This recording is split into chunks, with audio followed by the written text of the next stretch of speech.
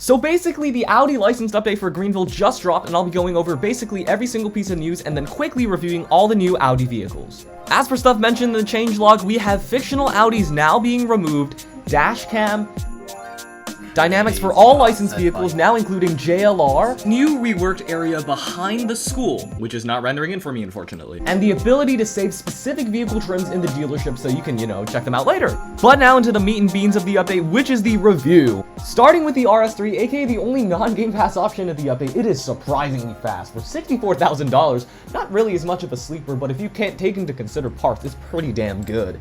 Handling is very much grounded. Braking is also very fast in this car. But now let's move on to lights and sounds real quick, and then we'll check out some of the parts of this car.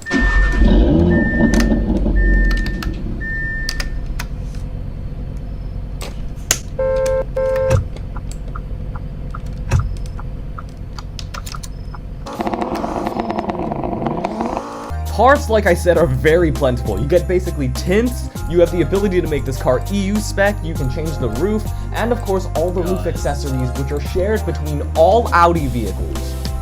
It's just quite a lot to just in fact sink in. The RS3 is probably the most unique part set. Live reaction to RS7 parts, by the way. Night vision assist. Speaking of which, let's move on to the Audi RS7. This and the rest of the cars require either the luxury or the sports pass, but boy is it worth it. It is fast. Handling is much less astute than the RS3, but it still actually does pretty well just in terms of traction. Braking's also just a tiny bit worse than the RS3, but that's probably due to its weight.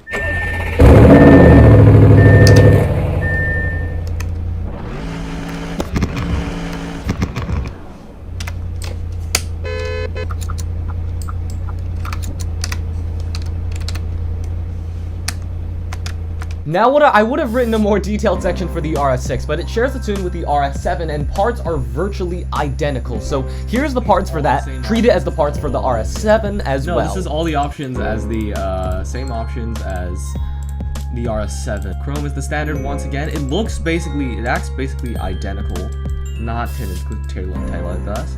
Let's get this in European spec. Speaking of Euro spec, this is what it looks like. Automatically flashing and amber hazards on the European spec. Yeah, that's it. So go with either sedan or wagon, depending on what's your favorite body type.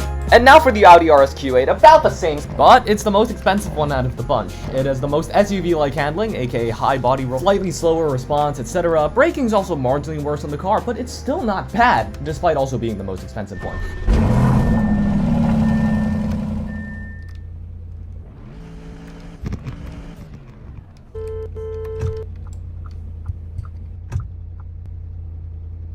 This is the only one with fog lights even on the US spec. One thing as a note is that you do not get basically no chrome parts on the RS Q8, so if you're a chrome guy, yeah, just don't.